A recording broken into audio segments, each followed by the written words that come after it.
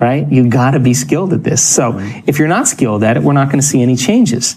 So imagine 500 people or 450 people coming to an event, a workshop, and we are going to help them cross that river and to become conscious of their unconscious thoughts. You know, the ones that say, you can't, it's too hard, this will never happen, I can't change, I'm too this, I'm too old, I'm too that.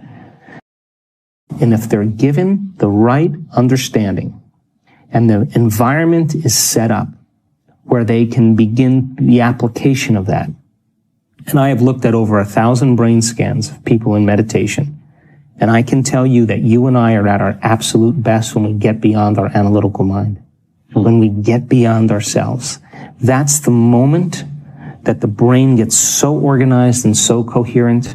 The front of the brain's talking to the back of the brain, the right side of the brain's talking to the left side of the brain. There's this synchronization, this psychic union going on. Like a flow.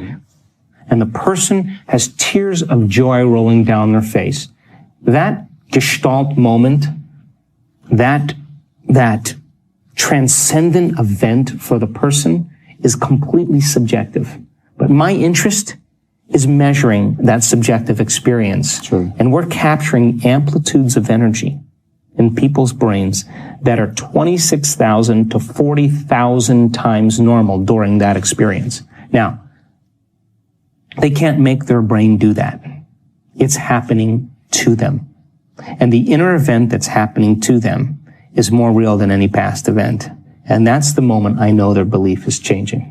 I think there's a strong intellectual division going on in the world right now. Because some people are holding on to old paradigms and old beliefs.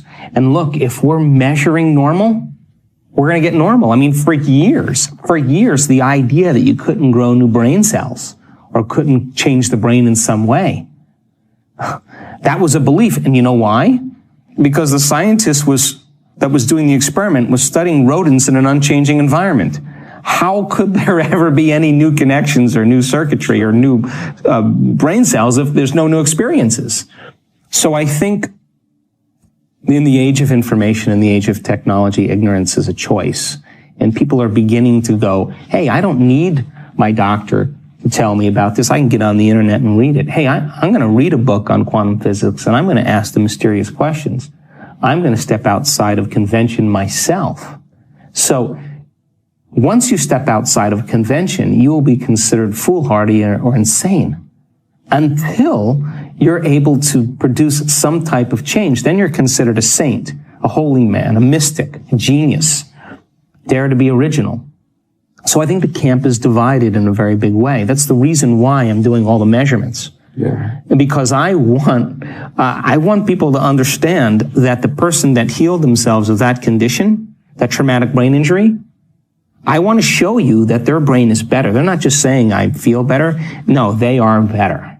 I want them to see that. Now, they didn't do that with a drug. They didn't do that with a therapy. They didn't do that with anything except by thought alone. And they made those biological changes. So, to answer the question, the camp is divided in many ways.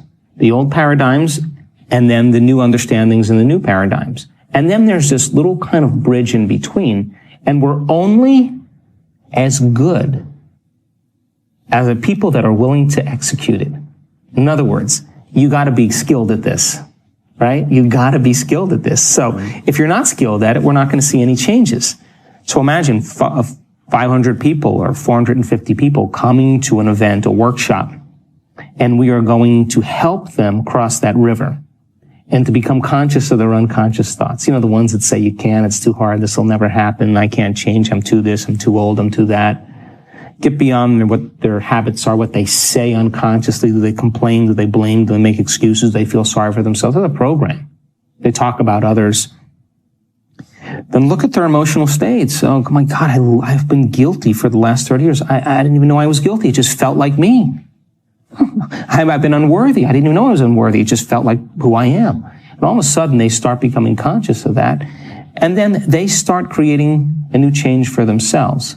And one by one, you start seeing these breakthroughs. You start measuring those breakthroughs. You have people on the stage talk about their breakthroughs, show their brain scan, show their heart rate monitor, show the energy change. And I guarantee you, just like an infection can create a disease in a community. I believe that wellness can be as infectious as disease. And you start seeing traumatic changes happening in a small community of people who are outside of the conditioning of their environment. The science has to be done to measure it, but the measurements are only as good as our students. And if they're not doing the work, if they're not developing the ability to sustain brainwave states, if they're not getting beyond their analytical mind, because what separates the conscious mind from the subconscious mind is the analytical mind. And if a person doesn't get beyond their analytical mind, they'll still think within their belief. And I've measured enough brains to tell you is that when you think within your belief, or you think within those limited emotions, you are going to make your brain worse, without a doubt.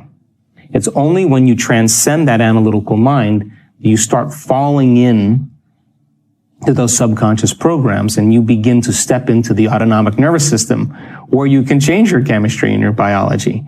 So then if our students aren't good at doing that, then it's still a philosophical concept, pie in the sky principles. But what we want to do is we want to give people the knowledge, the information, and blend the sciences of possibility, whether it's quantum physics or neuroplasticity or neuroendocrinology or epigenetics or whatever it is, hormonal changes. Psychoneuroimmunology. We want to give them the information and have them reason it. We want them to be able to turn to someone next to them and explain what they just learned so they wire it in there. Sure. We want to give them the instruction and have them review the instruction, and then we want to put them into the experience. Not everybody is going to have the experience, but all we need is a few. And if that person or a series of people have that experience, that transformation, and we measure that transformation, that's more information to teach transformation the next time, because I can understand what took place. So our work is only as good as our students' ability to regulate and change those states. But I do know that if you give people the opportunity and they have enough times in their environment to apply it, you'll start seeing those transformations occur. And now we're stepping outside the paradigm of the human beings are limited, they're powerless, they need these external things to take care of them. I think it's time that we start taking a little bit more responsibility for these things and seeing if we're able to do it in a practical, measurable way. We're doing everything we can to say, are we doing this right, But we are capturing anomalous things. Awesome. And those anomalous things are causing people to scratch their head. I mean, as an example, you'll see a strip chart on a brain scan and you'll see like, oh, that's beta, oh, that's alpha, oh, there's theta going on there, oh, a little gamma there. But when you're studying a brainwave and all of a sudden if you took a group of Crayola crayons and you went like that, and it just looked like a snowstorm where you couldn't see any measurements, how are you going to measure that? We had to go through this whole process of figuring out a way to measure the amount of energy in a person's brain, their entire brain when that occurs. And so we've had to figure out ways for understanding, because we're measuring the supernatural, to just go, wow, that's a lot of energy in a person's brain. Have you ever seen that before? No. That looks like it could be a seizure. Oh, really? Well, that person's wearing an HRV monitor. If they're having a seizure, their heart would be going crazy. But for 1 hour, their heart is in absolute love. That's anomalous. It only takes a few of those, and you start scratching your head and saying, well, God, we've been so conditioned. We're studying normal so much. We're studying depression. We're studying anxiety, cyclic mood problems, traumatic brain injuries. We're studying normals. And I'm not interested in normal. I'm not interested in natural. I'm interested in supernatural and supernormal. And that stuff means that if that person once, twice, 3 times, we're seeing it over and over again. We're seeing a trend now. Well, if it's happening over and over again, then we know that something is possible for a human being. And when you see those energetic changes in the brain in a person who's had uterine fibroids or chronic pain or serious depression, and one meditation come out of that meditation and be healed, that's because the inner event was real. They were having a full-on sensory experience without their senses. And that's the transformation.